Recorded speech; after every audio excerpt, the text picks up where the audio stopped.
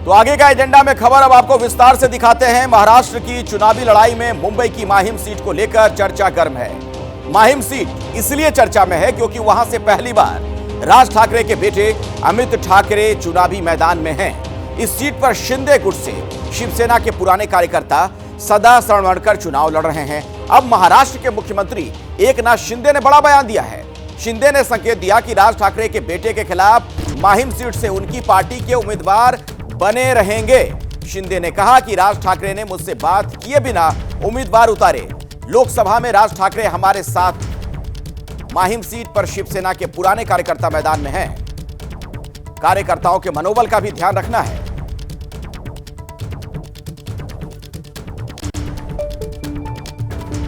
देखिए, वो लोकसभा में हमारे साथ थे। मेरी उनकी बातचीत भी हुई थी कि क्या आपका क्या रणनीति है। तो कहे शिवसेना बीजेपी एनसीपी का होने दो, उसके बाद हम बात करते हैं। लेकिन उन्होंने तो डायरेक्ट कैंडिडेट खड़े कर दिए। अभी हमारा भी वहाँ पर जो 2-3 बार से विधायक है, हमारा पुराना कार्यकर्ता है, वो विधायक है वहाँ पर। उससे भी मैंने बातचीत की। उनके कार्यकर्ता इतने बहुत ही एग्रेसिव है चुनाव लड़ने में। तो कार्यकर्ताओं को भी ध्यान रखना चाहिए हमें। कार्यकर्ताओं का भी मनोबल टूटना नहीं चाहिए। यह भी नेता का काम होता है। और निश्चित रूप से आज की तारीख में हमारा शिवसेना, भारतीय जनता पार्टी और एनसीपी अजित पवार, इनका गठबंधन है। हम उसी गठबंधन के तहत हम चुनाव लड़ रहे। हमारे साथ हमारे आरपीआई के आठवले जी है, जन सुराज है, और हम चुनाव लड़ रहे हैं। चुनाव हम लड़ेंगे, जीतेंगे, बहुमत पाएंगे। अपने दर्शकों को मैं बता दूं कि एबीपी न्यूज के शिखर सम्मेलन महाराष्ट्र में राज ठाकरे ने अपने बेटे अमित ठाकरे की उम्मीदवारी पर भी बात की थी। राज ठाकरे ने कहा था कि उन्होंने किसी पार्टी से अपने बेटे के खिलाफ उम्मीदवार हटाने की बात नहीं की है। हालांकि राज ठाकरे ने कहा कि जब आदित्य ठाकरे चुनाव लड़ रहे थे तो उन्होंने बिना किसी को कुछ कहे, बात किए अपनी पार्टी के उम्मीदवार नहीं उतारे थे। किससे कॉम्प्रोमाइज कर रहा हूं मैं? किससे कॉम्प्रोमाइज कर रहा हूं मैं? आप बेटी की राह आसान बनाने की कोशिश कर रहे हैं, लोगों से बात कर। मैं आपको एक बात बता देता हूं, सिंपल चीज है।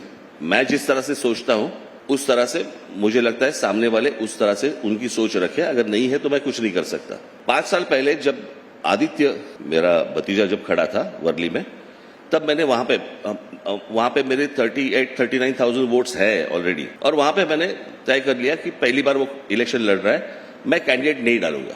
और ये मैंने गुड जेस्चर में मैंने वो बात की थी। और मैंने किसी के साथ बात भी नहीं की थी, यानी कि मैं वहां पे कैंडिडेट नहीं डालूंगा, तो अगर आज नहीं डालूंगा तो कल आप क्या मुझे सपोर्ट करेंगे, कोई बात नहीं हुई थी। अभी आप एकनाथ शिंदे हो, देवेंद्र जी हो या और कोई हो, जिनके साथ मेरे संबंध बहुत सालों से है, बराबर। अगर मेरा बेटा खड़ा हो रहा है, अगर गुड जेस्चर में उनको खड़ा नहीं करना है, ना करे। खड़े करने हैं उनको उम्मीदवार, खड़े करे। तो मैं किसी के साथ पास कॉम्प्रोमाइज के लिए नहीं जा रहा हूं मैं। महाराष्ट्र की सियासत पर बात करने के लिए इस वक्त मेरे 3 सहयोगी मुंबई से मौजूद हैं। नम्रता दुबे मेरे साथ जुड़ गई हैं, गणेश ठाकुर भी हमारे साथ मौजूद हैं, और मिक्की घई भी आपको बारामती से नजर आ रहे हैं। उनके पास भी चलेंगे, लेकिन सबसे पहले गणेश, आपसे ही समझना चाहूंगा, अगर एकनाथ शिंदे ने राज ठाकरे के बेटे के खिलाफ उम्मीदवार उतारने की बात कह दी है, इसका मतलब क्या निकाला जाए? महाराष्ट्र की सियासत में इसे कैसे देखा जाए? इसका मतलब साफ है कि एकनाथ शिंदे और राज ठाकरे के बीच एक दरार आ चुकी है। आपको पता होगा, लोकसभा में राज ठाकरे ने एकनाथ शिंदे के बेटे सहित करीब 5 से 6 उनके उम्मीदवारों के लिए रैली भी की थी, समर्थन दिया था, और सभी उम्मीदवार चुन के भी आए थे। लेकिन इस बार जिस तरह एकनाथ शिंदे और उनके पार्टी के मौजूदा एमएलए माहिम से सीट या चुनाव लड़ने पर अड़े हुए हैं, तो ये बात राज ठाकरे को उन्होंने ठीक से नहीं लिया है, या उन्हें ये बात पसंद नहीं आई है। क्योंकि राज ठाकरे ने शिखर सम्मेलन में भी कहा था कि जिस तरह मैं विचार करता हूँ, जो जेस्चर में गुड जेस्चर मैंने दिखाया था, और जो काम मैं अपने दोस्तों के लिए करता हूँ, अगर दोस्त की तरफ से कोई उस तरह का प्रतिसाद नहीं मिलेगा, या उस तरह की एक कह सकते हैं जेस्चर नहीं आएगा, तो मैं उसके लिए कुछ नहीं कर सकता। लेकिन राज ठाकरे अपने बेटे को जिताने के लिए पूरी ताकत से जुटे हुए हैं। तो अब माहिम विधानसभा में ट्रायंगुलर फाइट हुई है, जिसमें अब शिवसेना उद्धव ठाकरे गुट के महेश सावंत हैं, सदा सरवणकर शिवसेना शिंदे से हैं, और भाजपा का उम्मीदवार नहीं है, जो अंडर करंट है।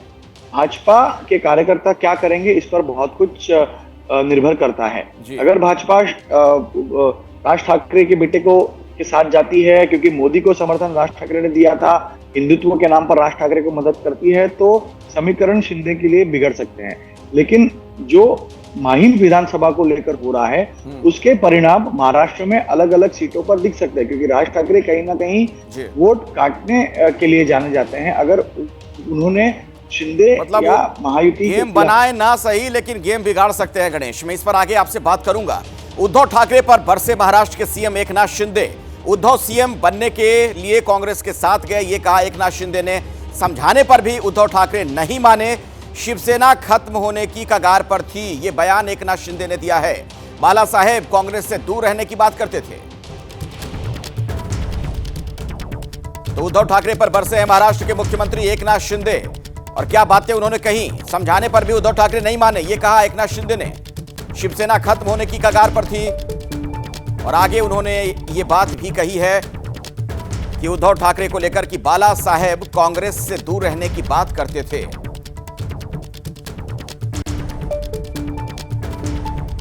जब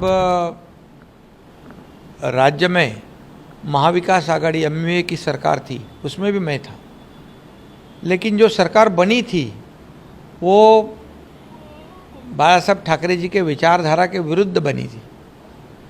शिवसेना भाजपा का गठबंधन था, गठबंधन की सरकार होनी चाहिए थी। हमने हमारे मुखिया को बहुत काफ़ी समझाया, लेकिन उन्होंने मुख्यमंत्री सीएमशिप पाने के लिए कांग्रेसियों के साथ गठबंधन कर दिया, गठजोड़ कर दी, जो बाला साहब ठाकरे जी हमेशा नहीं चाहते थे। वो कहते थे कांग्रेस को दूर रखो, कांग्रेस अगर मेरी पार्टी की नहीं होने दूंगा, वरना मैं मेरी दुकान बंद करूंगा। लेकिन निजी स्वार्थ जागरूक होने के बाद मोह माया की जाल में फंस गए और सरकार उन्हीं के साथ बना दी। आइए सीधे मैं आपको लिए चलता हूं नम्रता के पास। मेरी सहयोगी भी मुंबई से मौजूद हैं। नम्रता, अगर एकनाथ शिंदे कह रहे हैं कि बाला साहेब कांग्रेस से दूर रहने की बात करते थे, तो क्या एक तरीके से चुनाव से ऐन पहले वो जनता को याद दिलाना चाह रहे हैं, ये बताना चाह रहे हैं बाला साहेब की बात कहकर कि असली शिवसेना तो फिर हम ही हैं, क्योंकि बाला साहेब की जो मूल बात थी, जो भावना थी, कांग्रेस से दूर रहने की बात करते थे, आज उद्धव ठाकरे उनके साथ हैं।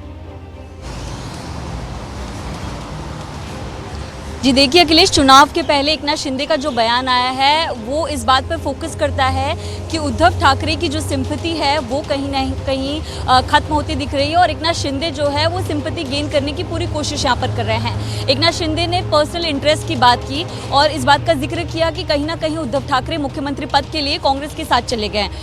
एकनाथ शिंदे इस बात पर भी जोर दे रहे हैं कि कांग्रेस और जब शिवसेना थी तो दोनों की विचारधारा भी बिल्कुल अलग थी।